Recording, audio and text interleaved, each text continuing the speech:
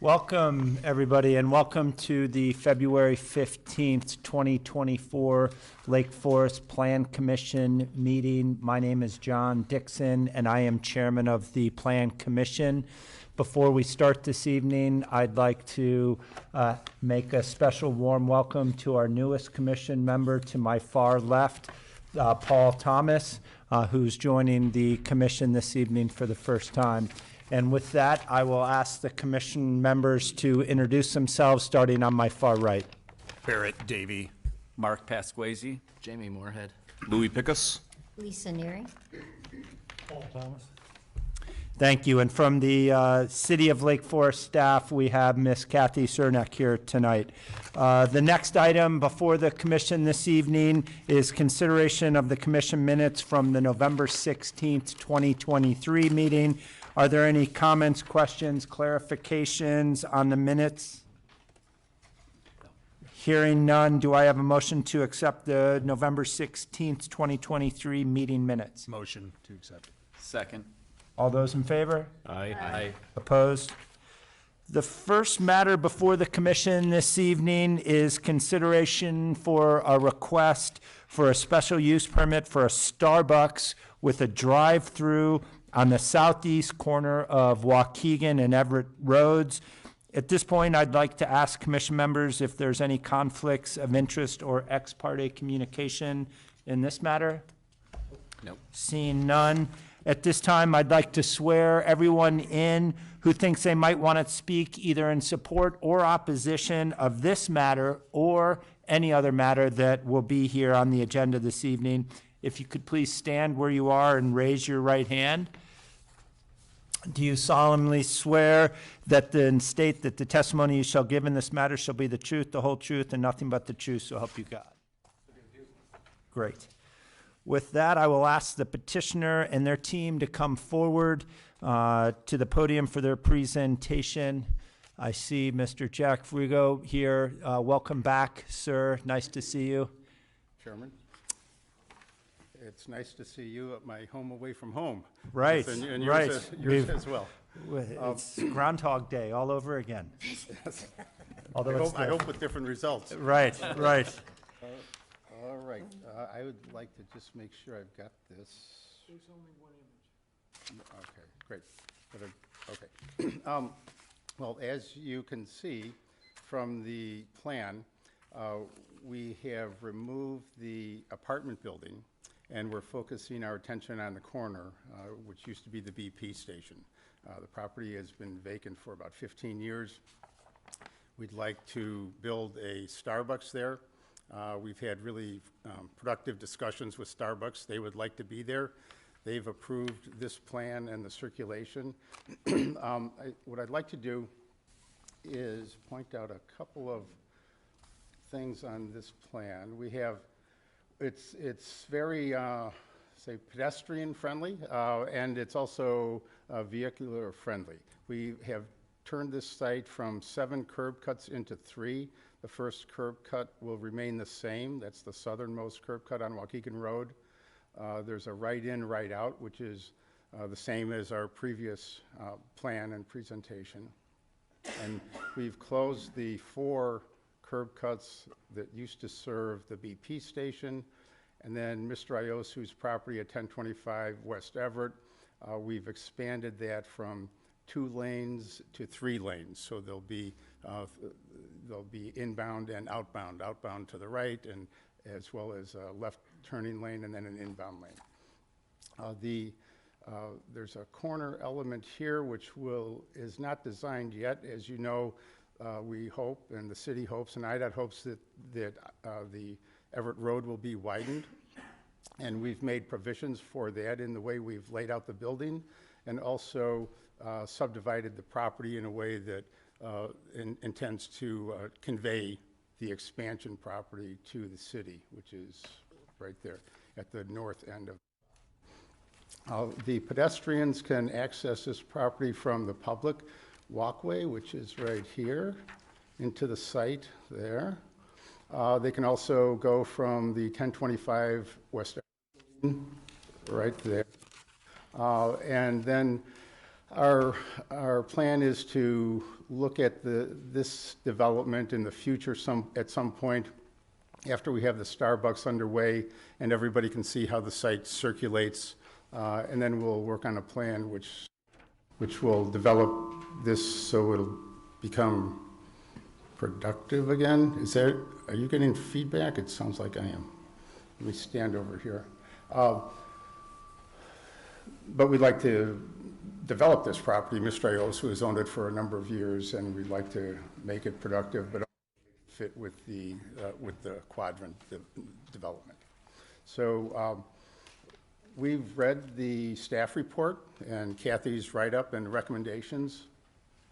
We agree with it 100%. So there's no items in there that I think need further clarification. This evening, Nick Patera, our land planner, is here. I think it's good, Kathy, yeah. And Mr. Iosu is here as well. But we're happy to respond to any questions or comments that you have.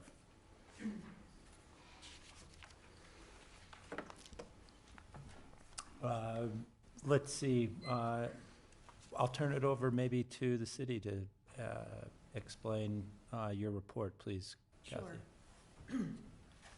This project, or this property has been before the Plan Commission a number of times over the years, 3 or 4 at least. And this project is back before you now with a proposal for incremental development, only for the Starbucks and the double drive-through lane.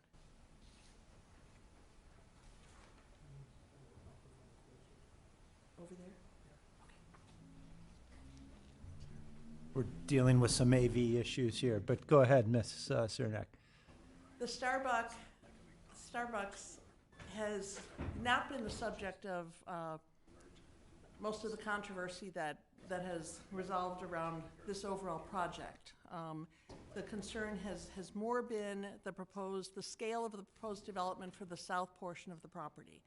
The petitioner has decided to move forward with Starbucks. Conversations with Starbucks have been ongoing for quite some time. I believe that the Starbucks lease for the other location on Waukegan Road may be close to expiring. As a community, I think it's important that we keep Starbucks in that Waukegan Road Settler Square Business District. The city engineer has reviewed this plan. It is consistent with prior approvals from IDOT for the 3 access points, the one closest to the Starbucks being a right-in, right-out. Final review and approval by IDOT would be required.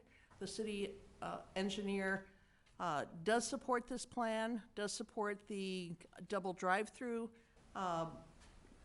concluded that the circulation has really been improved with the 3 lanes at the east entrance.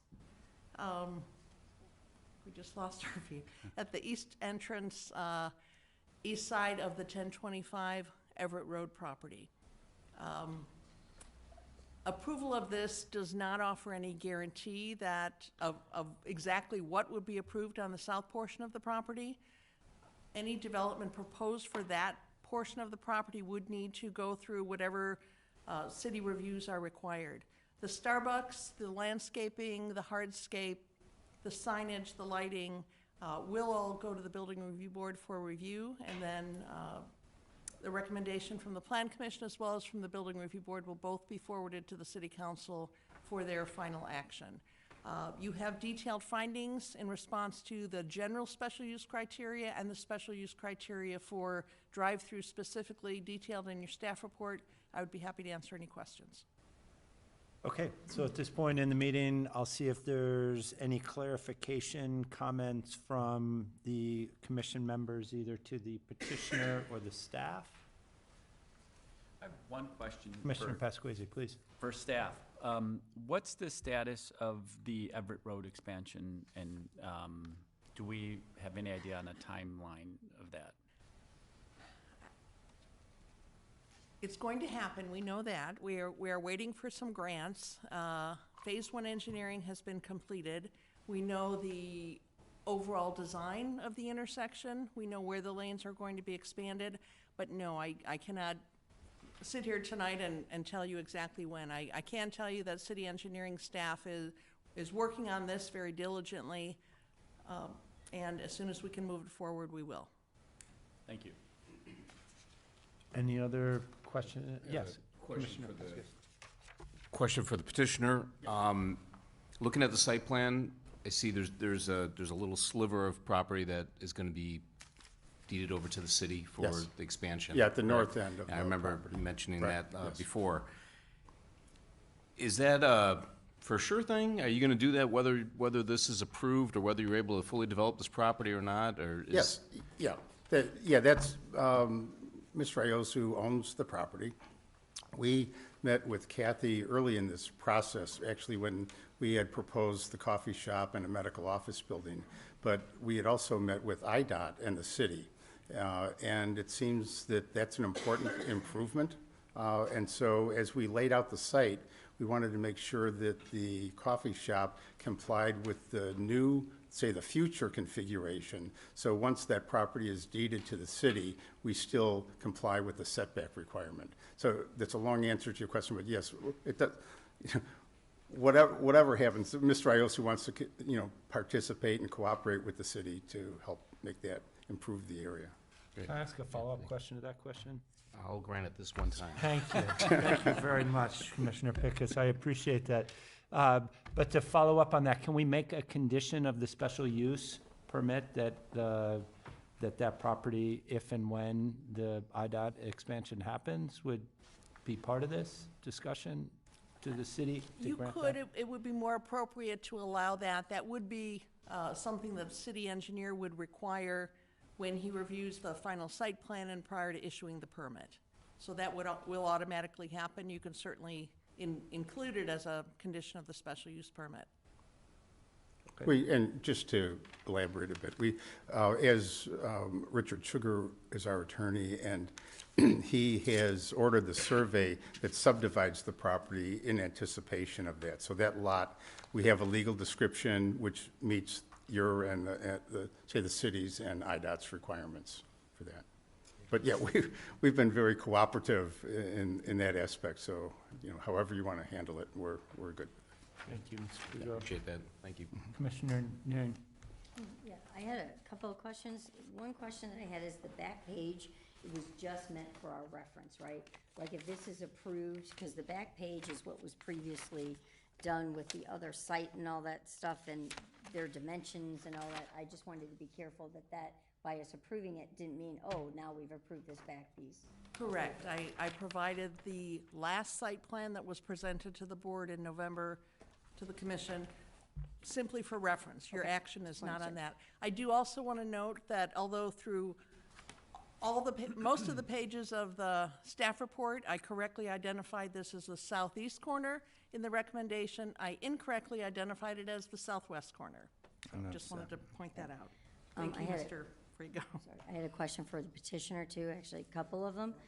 If you look at the back, the previously plan that you had, when I'm looking at the 1025 building with the drive, you've expanded it on the very front one to say that it was 36 feet, but on the back one, it said it actually was only originally 25 feet.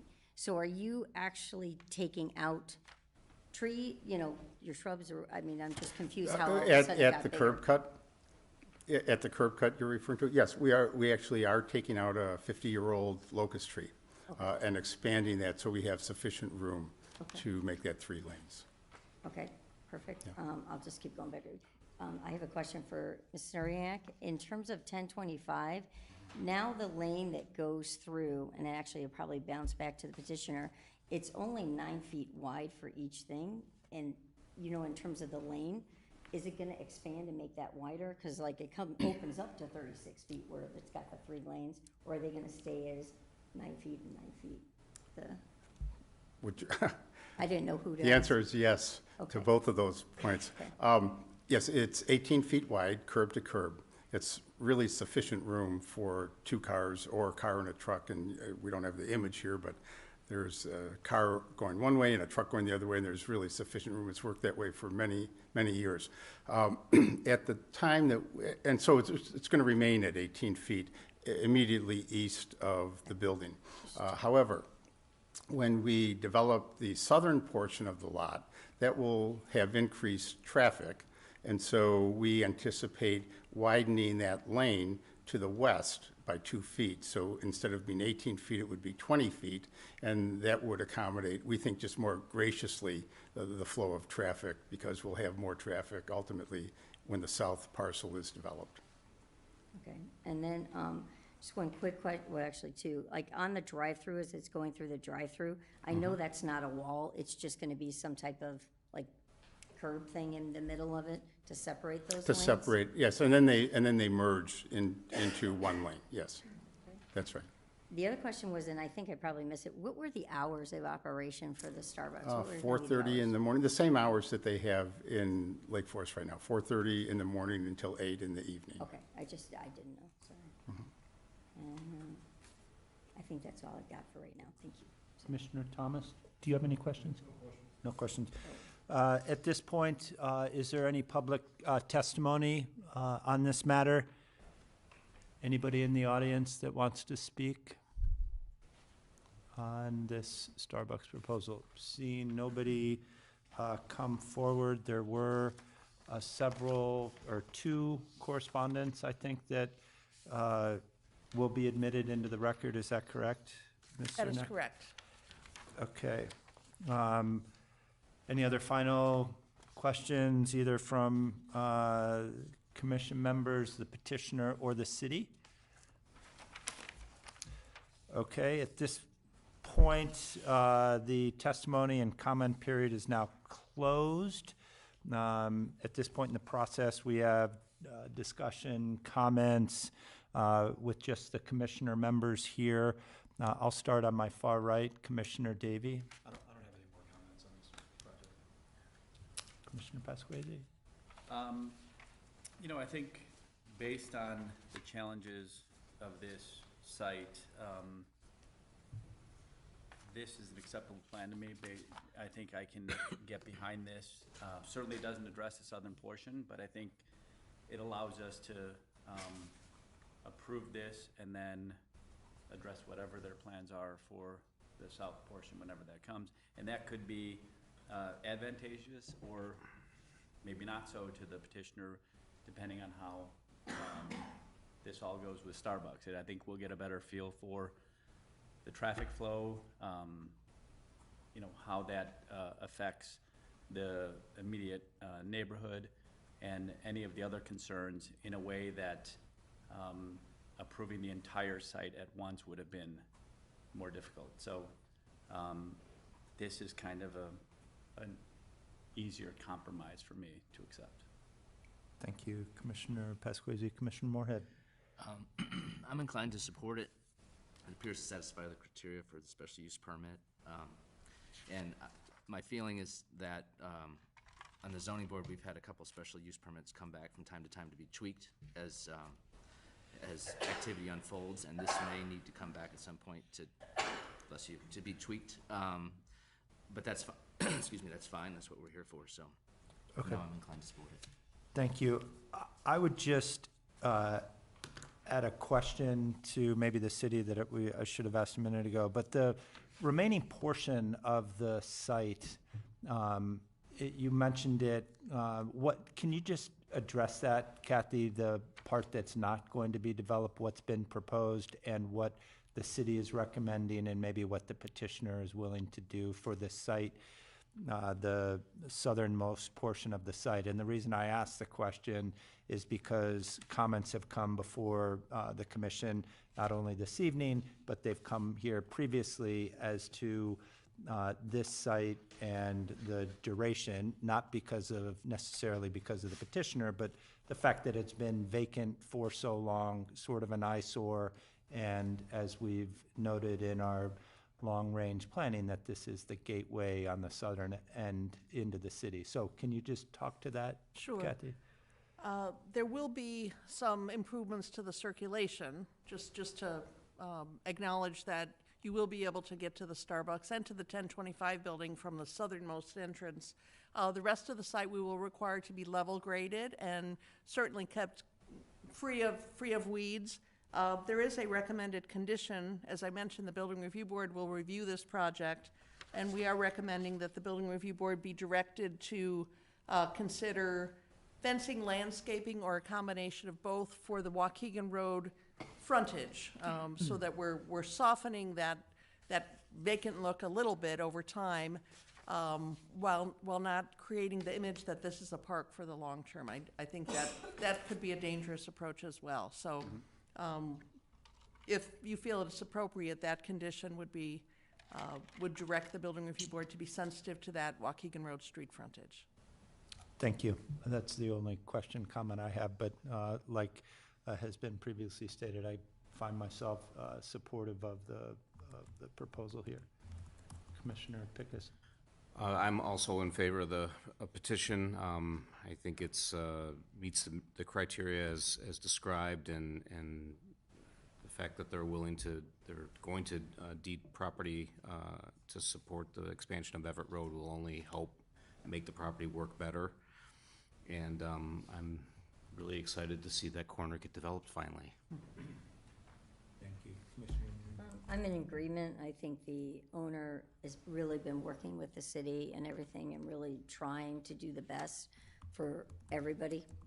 It has not been like, well, no, I'm not going to do that, not going to do that. They're willing to work, and if they arise that there are problems that they see are not working, I fully believe that they will take care of that and they will fix that.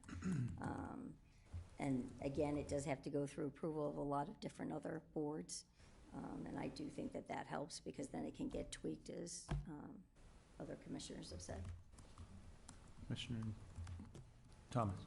Yeah, I'm also in agreement. I've spent a fair amount of time reviewing the history of the site and the history of this project and the challenges involved, and I think this is a good outcome, so I'm supportive of it. I'm also very supportive of the condition that you proposed. I think that makes a lot of sense. Okay, thank you. At this point, do we have a motion for the special use permit for a Starbucks with a drive-through on the southeast corner of Waukegan and Everett, subject to the site plan presented and the recommendations outlined in the staff report, including the support of the IDOT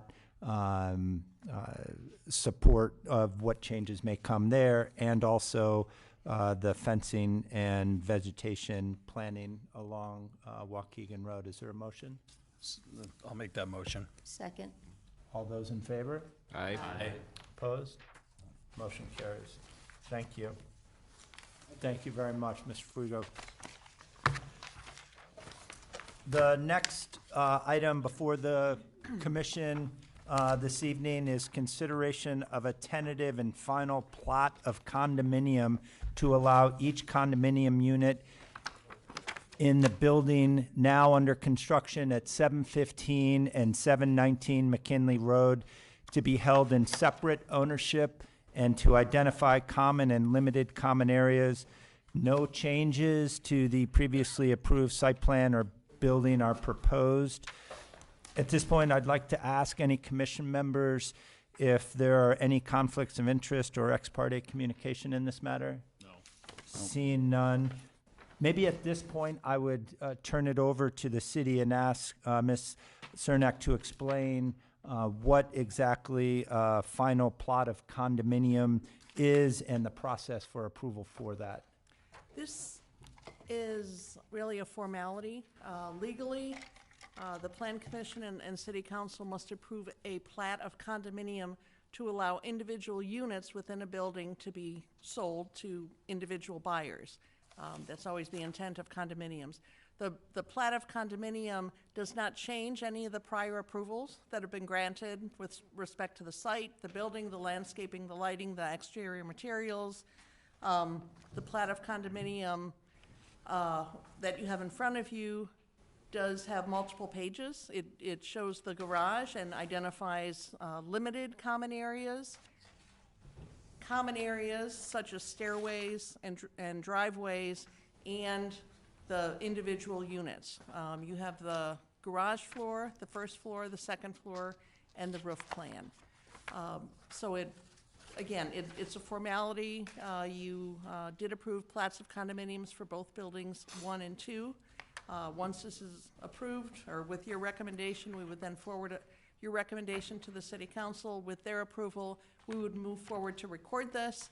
All of the units, as I understand it, are under contract. So once this is recorded, the units could actually be sold. Each of these units are being customized, so it is important for those owners to really begin to move forward. I will note that plats of condominium cannot be approved at the time the overall development is approved, because they actually need to be prepared based on once the base building is constructed, because they specifically identify what is owned by the individuals. I'd be happy to answer any questions. Thank you. Are there any questions from any of the commission members? Is there any? Yes. Question is in terms of the roof. Does everybody have access to that, or is it only the people on the second floor? Because that's what it looked like, and I was just curious on that. I might just, we can, Is that not a question?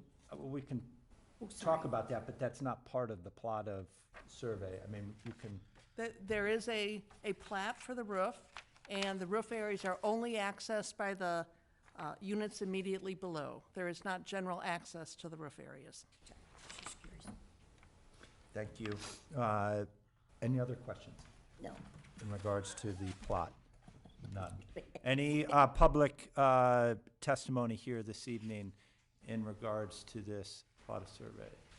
Seeing none, we'll close the public comment period on this matter now. Looking to my left and looking to my right, I might just say, do we have a motion for the approval of a tentative and final plat of condominium to allow each condominium unit in the building now under construction at 715 and 719 McKinley Road to be held in separate ownership and to identify common and limited common areas subject to the final approval by the city staff and all fees being paid in full? Is there a motion? So moved. Second. All those in favor? Aye. Opposed? Motion carries. The third and final item before the commission this evening is consideration for a request for a tentative and final approval of a two-lot subdivision of the property at 195 East on Wensia Road. A variance from a lot in depth, minimum lot size is requested for the purpose of preserving historic landscape features. At this point, I'd like to ask commission members if there's any conflicts of interest or ex parte communication. No. Looking to my left and right, seeing none. At this point, I will ask the petitioner to come forward to the podium for their presentation. And take your time, we're getting set up here with the audio-visual. Is that your first one? Yep. Okay. Keep it moving so it doesn't go dark. Okay, Every now and then. just okay. Thank move you. the one. If you could state your full name, please, sir. My name is Nick Patera. I'm the planner on behalf of Matt and Nicole. They're here. They're the owners of the 195 on Wensia property.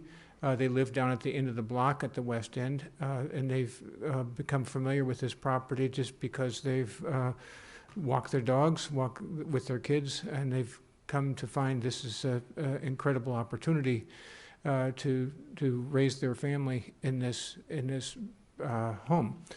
The property, some of you may have seen it, is a fantastic 3.8 acre piece of property east on Wensia.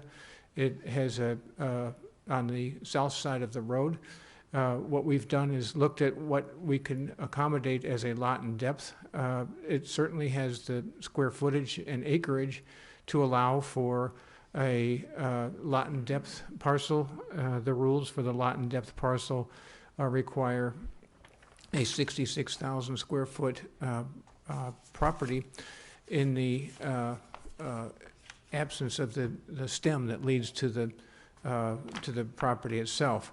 That could be done, but the important and unique factor of this property has to do with the character of the landscape. I was, in very simple terms, blown away when I walked into this property. It's a phenomenal garden, and Jens Jensen signature elements are part of the characteristics of this property. It's been taken care of meticulously by Allison Wren-Goltra, and it is, as I know, a number of Jens Jensen properties I've worked on all the way from Evanston up to Lake Bluff.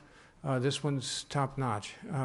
And so what we really wanted to do here is not slice the back part of the property off and accommodate a 66,000 square foot lot in depth, but to be realistic and say we want to keep this garden intact with the 195, the Eisler's home, and still provide a reasonable lot in depth parcel in the back that would be 60,000 square feet and change, exclusive of the stem that goes to the Onwensia.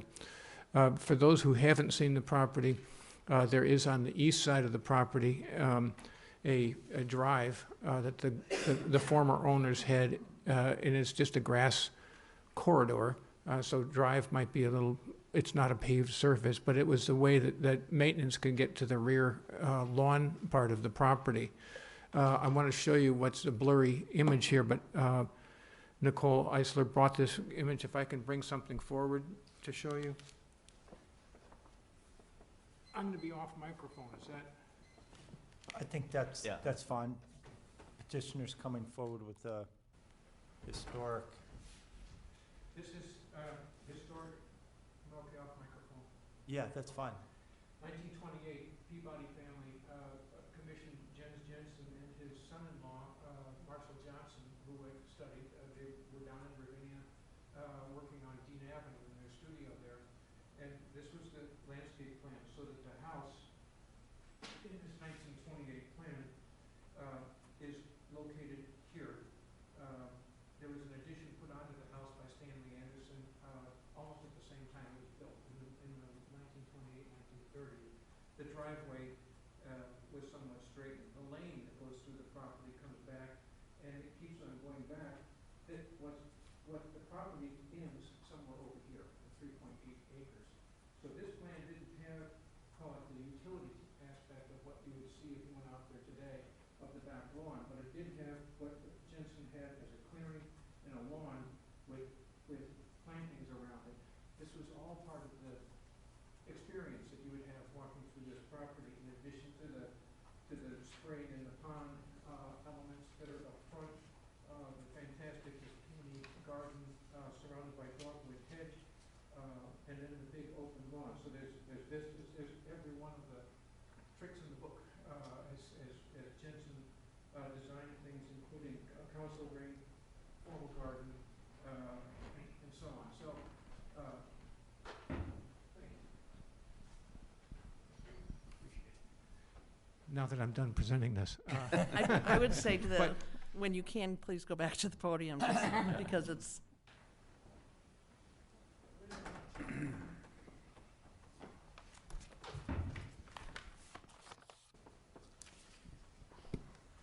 I turn that off. So the imagery that we have here shows basically the lot in depth.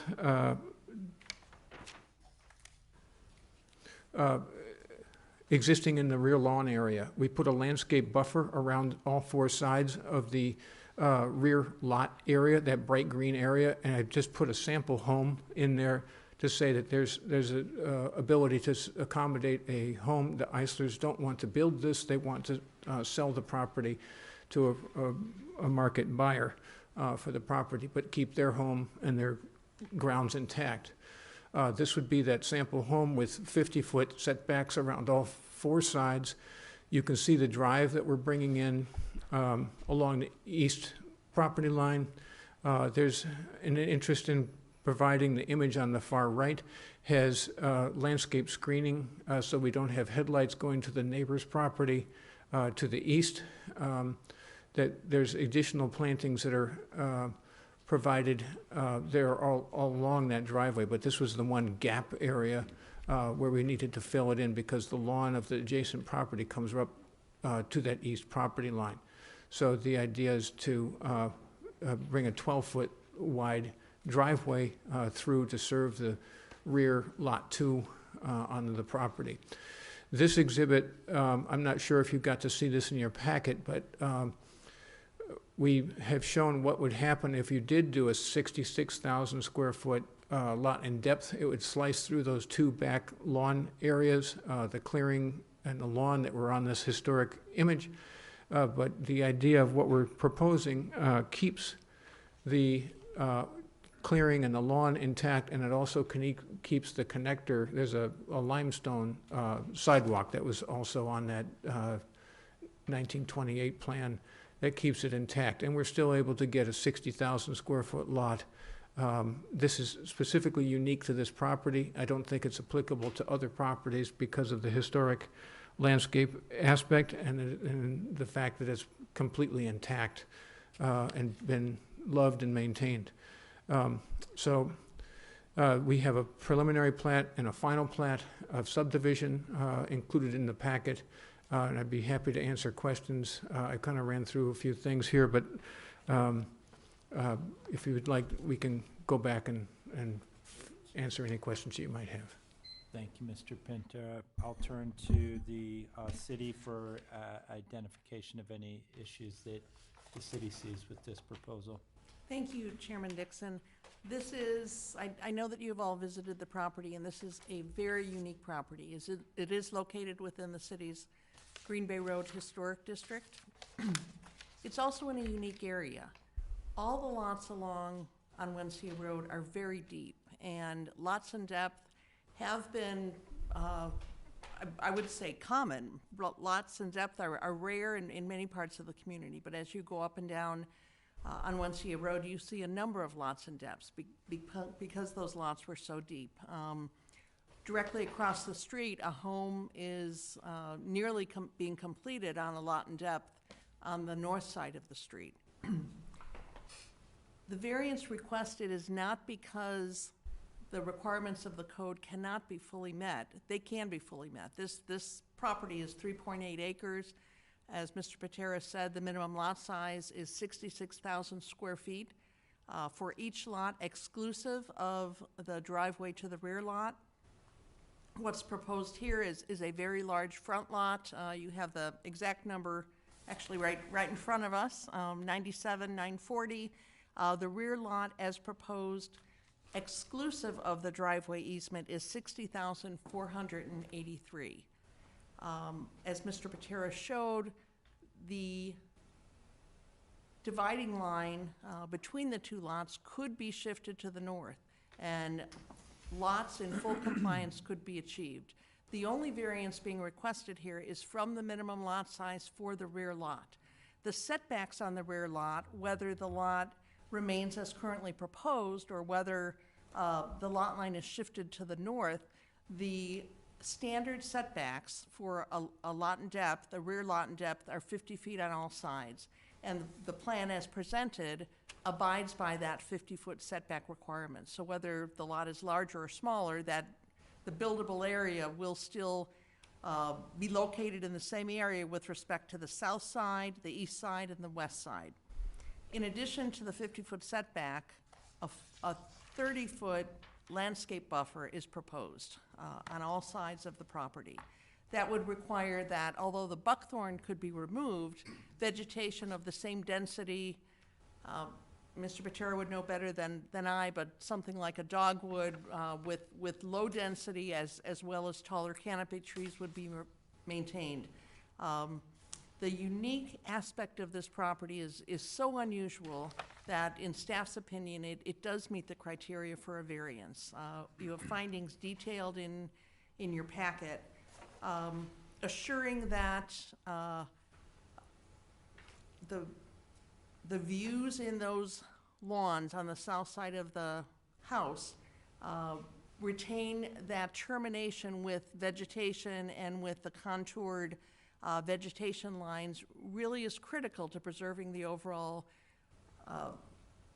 character and unique aspects of this, again, as Mr. Patera said, amazingly intact historic landscape.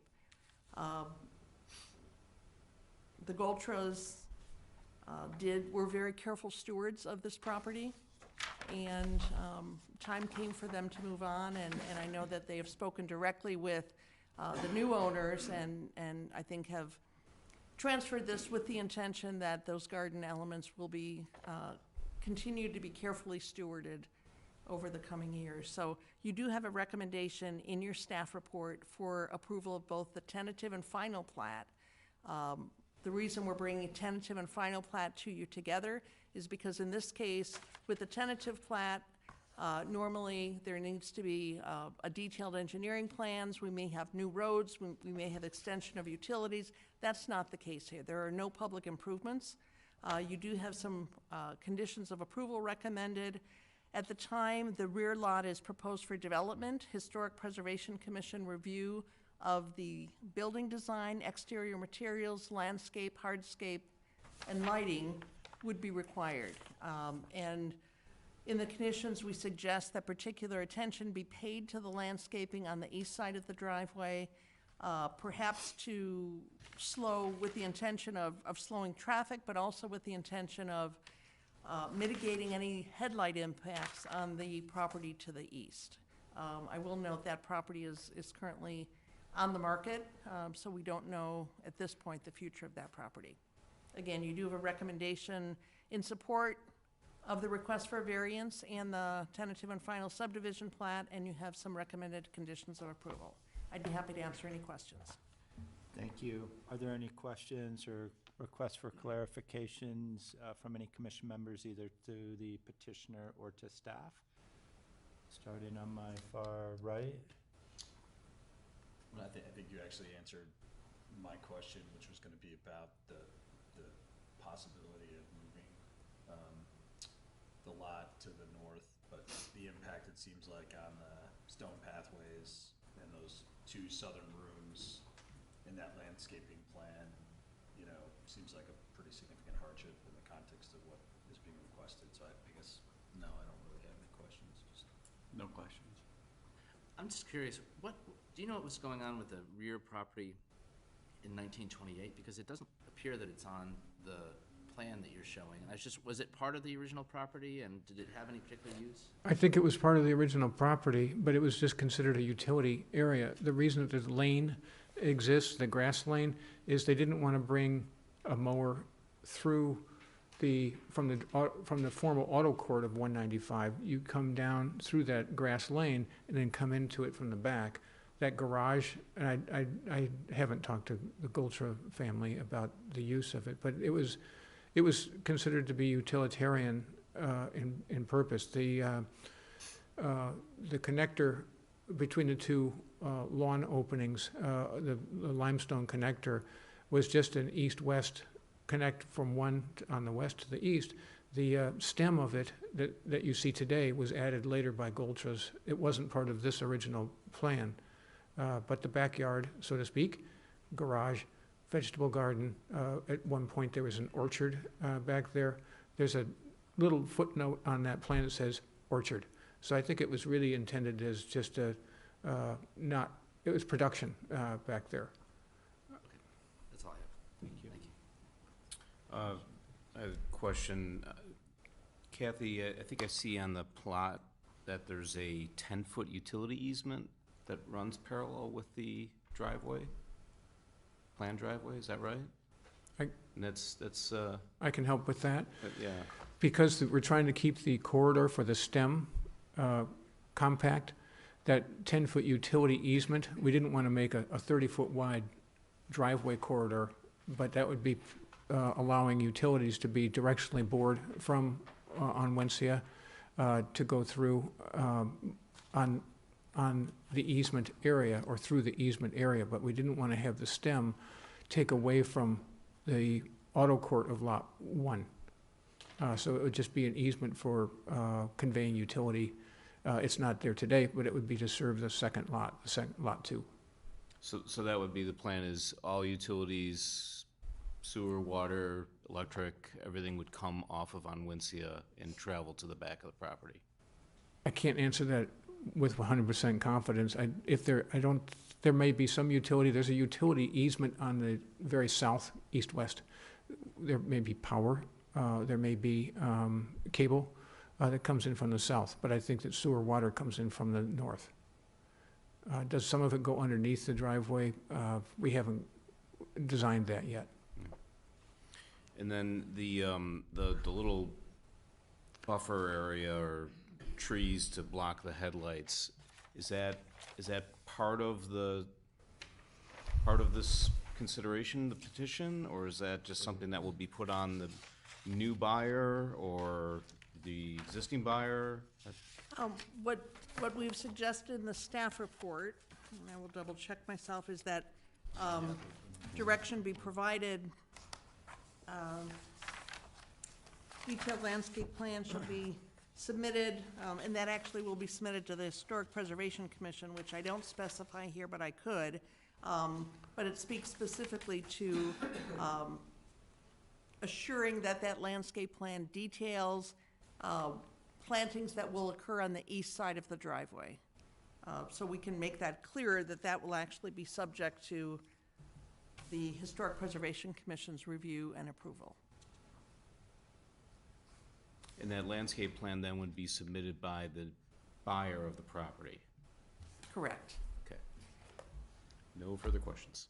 Commissioner? So building off that, but on the west side with the landscaping, like, you have these beautiful, like, I don't know what kind of, they're not trees, but they like form a little pathway underneath and stuff like that, and it looked like the driveway would have to take out half of those, right? So will you make sure like there's landscaping and all that there, like if they live or they die? I don't know if they would make it because I don't know what kind of. You're correct in both. That little tunnel between evergreens, half of it, the east half would go away, and the west half, we have enough room to re-landscape up against the remaining second tier. It's a double hedge through there that surrounds the auto court, and so that we would want to reestablish that hedge.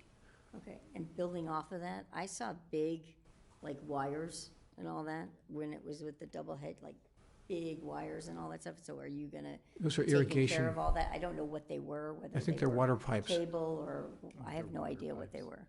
But they were big Water pipes. tubes. Were they water pipes? Water Thanks. pipes, yeah. But so you'll dig those underground and, Those would have to be, right, those would have to be relocated. Commissioner Thomas? Yes, question for Ms. Haniak. Back to condition 1 in the staff report, which I think is very important, landscaping along the east side of the property. You made a reference to a landscape plan to be submitted and approved by the city arborist. What criteria will the arborist apply as he makes that decision? And actually, I should have added, and I will add it at the direction of the commission, that landscape plan will also be subject to review by the Historic Preservation Commission. So they will review the entire plan for this site, which will include the driveway, the hardscape of the driveway, any landscaping. But we do engage the city arborist in all of the reviews that go to the boards and commissions.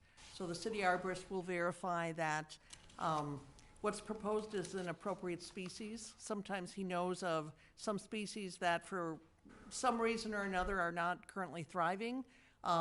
We'll assure that it's planted at an appropriate size so that it will have a better chance of continuing to thrive. We'll assure that it's a species that is appropriate in size and shape as it matures for that narrow area. The city arborist will walk the site and often consult with the consultants of the owners, the future owners of the rear property. Thank you. I think what I'm looking for is some assurance that the landscaping will be sufficient to make sure that headlights from vehicles entering or exiting the property don't kind of splay across the neighboring house and grounds. And will that be, I assume that is part of the consideration. At the Plan Commission's discretion, we can enhance this condition to specifically speak to that. I do, in the recommended condition, there is language that says careful attention shall be paid to protecting and preserving healthy trees near the driveway and to minimizing the impact of headlights on the neighboring home. So if the Plan Commission approves that condition or chooses to enhance it, we would forward that condition to the Historic Preservation Commission to help direct them in their review and really focus them on that particular issue. I mean, I know I personally would be in favor of a word stronger than minimize. Eliminate or prohibit or something that is more aggressive, because I don't think it's fair to that property to have headlights splayed across their grounds. It is difficult to say eliminate. I do think maybe, and I'll just jump in here, Commissioner Thomas, that if we subject it to the review by the city arborist and by the Historic Preservation Commission, we are entrusting not only the city arborist, but also the HPC to mitigate the concerns that you have, and I'm sure other fellow commissioners have, which would be reducing the impact as much as possible on the east side of the property. So we can be confident the arborist and Historic Commission will have this issue on their agenda, and they're gonna be looking to protect the neighboring property. Absolutely. I mean, that's their objective and goal would be to provide the best balanced approach for the property owners in question that they're reviewing. Okay, very good, thank you. Thank you. Any other questions? At this point, it's an opportunity for public testimony. Please, I see somebody coming forward. Please come to the podium and state your name for the record, please, into the microphone. My name is Bill Canopiotis. I'm the property owner to the east. Thank you. They've all been in. I've met with the owners, and big picture, I have no issue with a re-subdivision. I've been trying to sell this property. Mark's firm has had it for a while. Mark's brother's firm has had it for a while. I can't sell my property. It's a troubled site. It's an old home. And I'm doing it myself now that the market's gotten better. I'm seeing the site plan for the first time, and Paul, thanks for pushing on the issue of, and a few of you pushed the issue on the driveway. I don't want any more hardship for me to sell this asset. Otherwise, you're gonna have a vacant house sitting in Lake Forest on, mine's about 3 acres. I may have to come and try and re-subdivide to sell it. I'm looking at anything and any way to get out of this financial disaster my divorce put me in. I had it sold in '22. Someone was gonna demolish it. We got approval from the Historic Preservation Committee here. I lost the buyer. So I'm trying to sell it as is for someone to come in and renovate it, make a beautiful estate home on 3 acres. Someone could come and try and knock it down again and come before all the bodies. Or third option is to re-subdivide it. But I would just ask, however you do it with the owners, that there's a commitment from the owners here or the buyers to really screen that driveway. I'm used to no lights back there. I rented this house to a very celebrity person from LA who grew up in Lake Forest. I'm not gonna mention his name. He comes here every year with his family, and I rent my home to him because of privacy issues, and it's a secured site. And I don't want any more hardship on the future buyer, whether they knock it down, whether they renovate it, or whether I come to you and re-subdivide it, which might be the best answer to get out of this mess that I'm in. And I think it might be more valuable as 2 lots versus a 1930s home that needs about $1 million to bring it back into some livable condition. So the property drive is right on they're right on top of each other. So there's no setback like a typical driveway. So you gotta be really careful, and leaving it up to an arborist or some third party to approve future plans I'd be a little concerned. I'm a commercial real estate developer, and I've been through many presentations about getting office buildings approved in the suburbs. So putting something in the hands of a third party is a little concerning. So you guys got to be very careful here. And you can only screen it with, there's a great hedge right now, and I don't know if that's staying or going, but it's a beautiful arborvitae hedge. But something like that all the way to the back is the only way to stop the lighting from cars and the privacy, because that's coming right by my house. The driveway is going to be within 30 feet of my sunroom. If someone buys it as is, they're going to renovate that sunroom into a big family room. So I asked this body and this commission to be real, approve it. I have no problem with this approval here, but the screening, the lighting, I've been dealing with construction behind me on Foster to my east, and you guys did a good job with the neighbors to the east of me, and they've been good with me. I've been good with them. You made them buffer their addition with their garage, really nice with some big blue spruce that works really well. So I'm asking you to do something very similar on the west side of my property. And I think, you know, the one I met the owners, we walked both sites, and I think you got terrific owners here taking over the property. It's a great estate home. I knew the neighbor. But it just has to be done very carefully, that driveway. Thank you. Thank you. Thank you very much. Anyone else here this evening? Yes, please, come forward.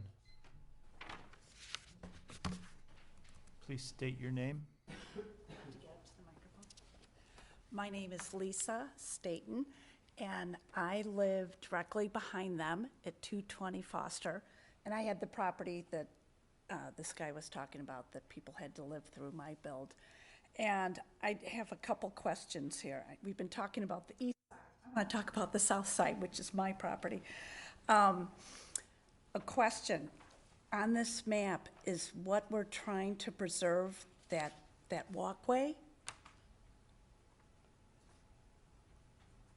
I'm not sure. I mean, on this diagram, Why don't we respond as part of, We can, After if you public want to comment? make your statement and then we can respond Okay, to that. okay, That would that makes probably be sense. easier I'm just procedurally. going off what I'm looking here, and I'm wondering, can't the property go north, the second lot, go north a little bit? I'm thinking like 20 feet to encompass that whole walkway, the flagstone path or something, just to make the lot a little bit larger. I'm going from the standpoint, looking at this lot, can anyone tell me what size square footage house is allowed on that lot right now, given what it is? 4,500? We don't have those calculations in the lot, or the house that is on the drawings here. That's just for depiction of what a house would look like there. Okay, I'm just thinking with the size of the lot, I know the city's really particular about how big the house can be, given the square footage. And what I see here with this given diagram, I know it's just a illustration of a house, their backyard is 20 feet.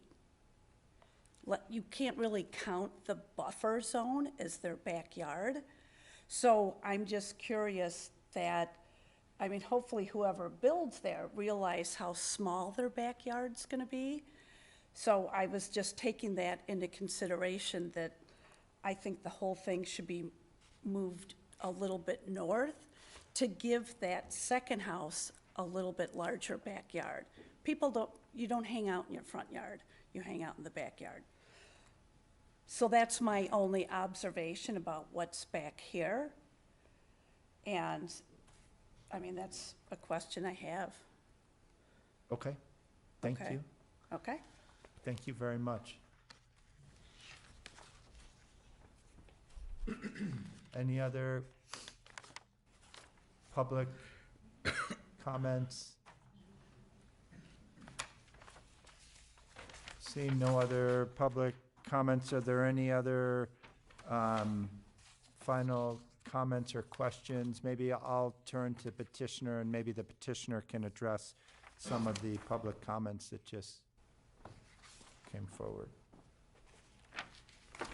Thank you. The buffer question from the first gentleman, I think that that's something that we have provisions in your condition to address. Right now, I've shown arborvitae hedge, which is what's out there now, and I think that that will go through the motions with the city, with the arborist, with making sure that we have the appropriate quantity, the size, the species of plant material that will provide for an effective buffer to your property, sir. So I think that that would be the intent here, and it's been documented, and I feel that we've done something here that won't diminish the value of the neighboring property and provide value to the proposed second lot as a route to get to their property. Relative to Ms. Stanton's comment about the enlarging the lot, we looked at a number of different configurations to try and address how do we provide a reasonable lot in the south part of the property, and every one of them encumbered the Jens Jensen garden. The boundary, if you've been through the property, the boundary is essentially the connector limestone flagstone walkway that connects between. And we felt that because it was part of the original plan, was really paying tribute to the lot one, the existing house, but also providing still a comfortable setting, not cramped for the second lot. The rear yard in this depiction, and this is a sample house, it's not I don't have square footage numbers either, but to the west of that, which is a nice exposure, that's over 200 plus feet. That would have a generous rear yard for that second lot. So the landscape buffers around all four sides, I think in addition to the 50-foot building setback, really do provide consideration for the neighbors, as well as making sure we've got a balance for what would be the proposed lot. I don't want this proposed lot to come back in and say, oh, we've got a difficult lot to develop. I think that was one of our charges here, is to make sure that we have a marketable lot as an outcome of this that's respectful of the neighbors as well. So those are my rebuttals. Thank you. Thank you. Any comments from the city? Yes, thank you. Based on Commissioner Thomas's question and based on testimony of the neighbor, I have a suggestion, probably not very well worded, but the concept for a modified condition 1, something like a detailed landscape plan shall be submitted for the area to the east of the driveway to lot 2. To the extent possible, the driveway alignment shall be refined to angle headlights away from the neighboring property to the extent possible. There may be some slight adjustments in the angling, and then going on, something like the Historic Preservation Commission is directed to pay careful attention to protecting and preserving healthy trees near the driveway and to directing headlights away from the neighboring home. Landscape plan shall also be subject to review and approval by the city's certified arborist to assure consistency with the Historic Preservation Commission's approval and appropriate size at time of planting, or something to that effect. I think adding in the studying and perhaps refining the alignment and making it clear that the Historic Preservation Commission will be involved in reviewing that landscape. And then I did want to, I did a quick calculation. The lot as currently proposed at 60,483 square feet would allow a house of 6,638 square feet. A 60,000 square foot lot is very common throughout Lake Forest. In fact, most of our lots are about that size, acre and a half. as I mentioned earlier, the setbacks in the code, the required setbacks are 50 feet for a lot in depth, whether it's 60,000 or 66,000. So the 50-foot setback would not change. If the lot was expanded to fully comply with the lot and depth size of 66,000 square feet, a house of up to 7,080 square feet, a larger home would be permitted on the property with those same 50-foot setbacks. So that's just in response to a question that was raised. That's all I have, Mr. Chairman. Thank you. Any other comments, questions from commissioners to staff or petitioner? Yeah, a couple. Commissioner Davey, please. So just to address what you just said, Kathy, so regardless of whether or not we approved a variance here, whether this lot were cut right down the middle with the 50-foot setback, you could put a house where this house is modeled to be placed.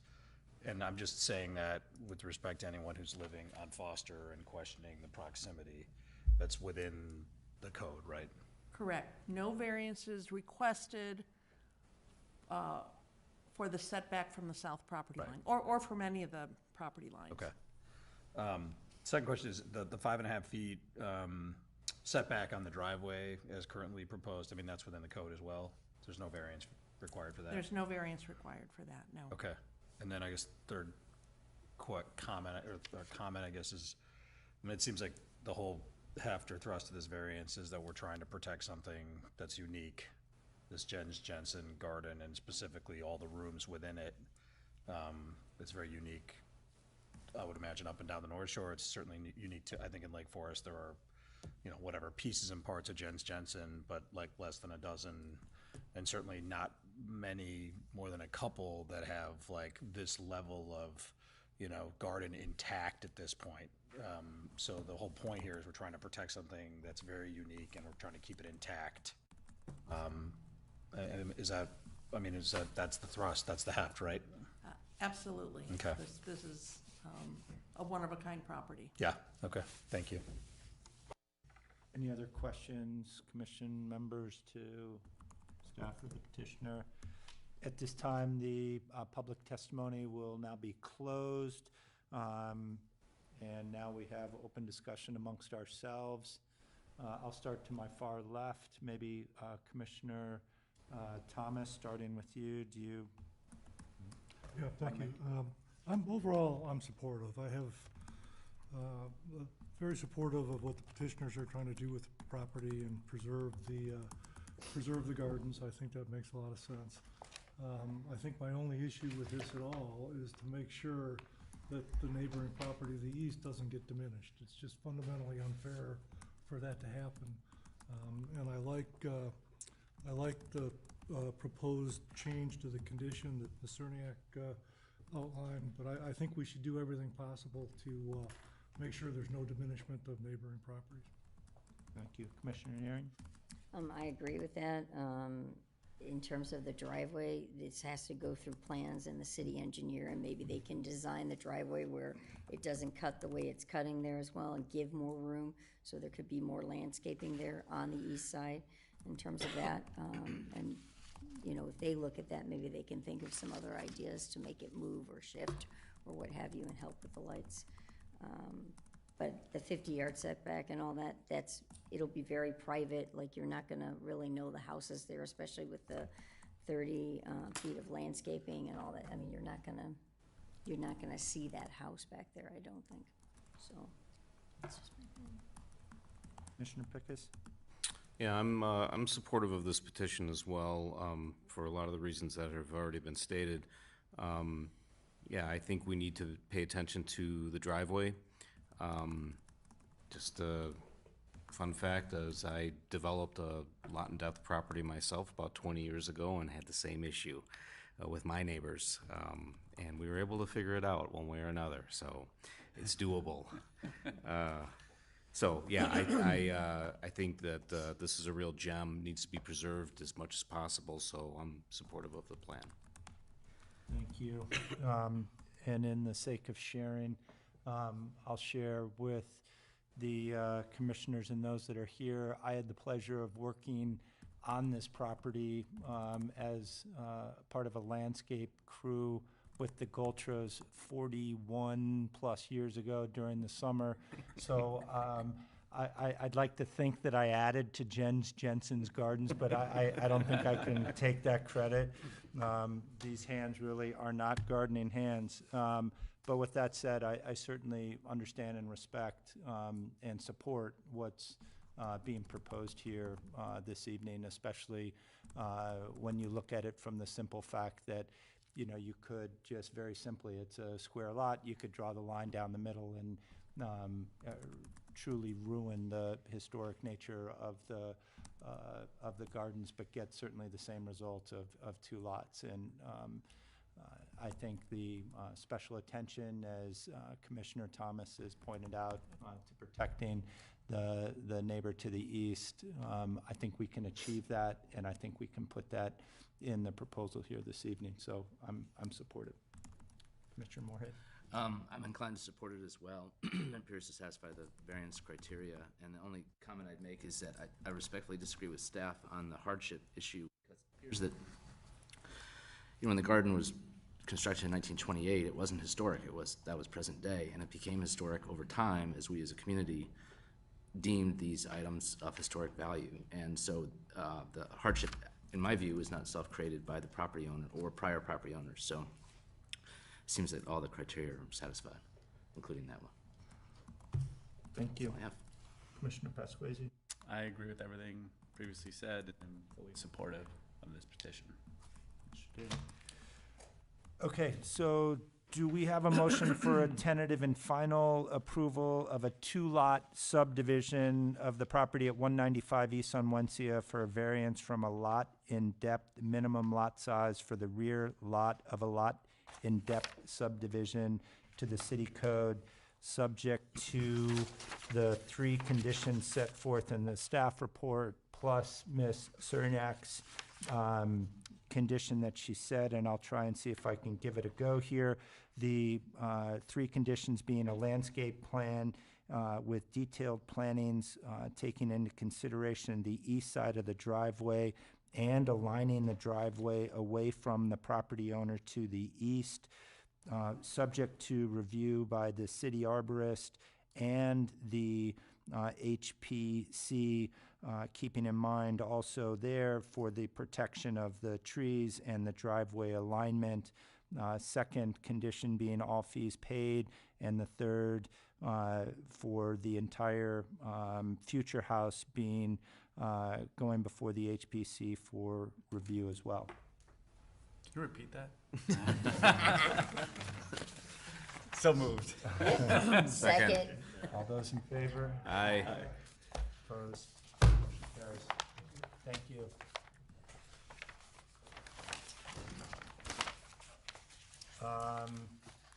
Wow, I'm so excited that we were done with all the items. I forgot. This is the opportunity in the public to come forward and address the Plan Commission on any matters not on the agenda. Is there anyone here this evening that is coming? Please. My name's Matthew. If you can come to the podium, please, sir. My apologies. First time. Please state your name. My name is Matthew Eisler. My wife, Nicole Eisler. We are the owners of 195 East Onwencia.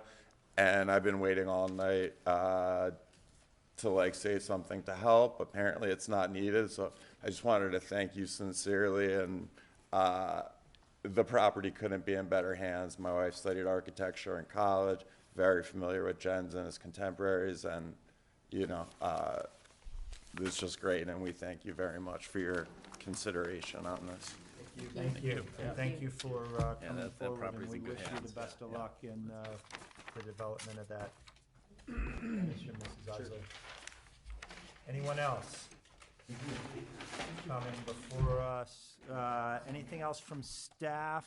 And maybe I'll ask a question about, and you know what I'm going to ask about the March or April meetings coming up? Anything?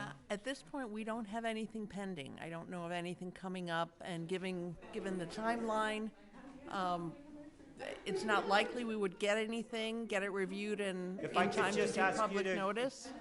Could I just ask you to keep, we're still in open session here, sorry, thank you. So I do not expect you will have a March meeting. I will confirm that by the end of next week, but it would be unusual for something to come in a state that it's complete enough to move forward. I know of nothing out there, Thank you. and nothing was continued, so Okay. you get a gold star.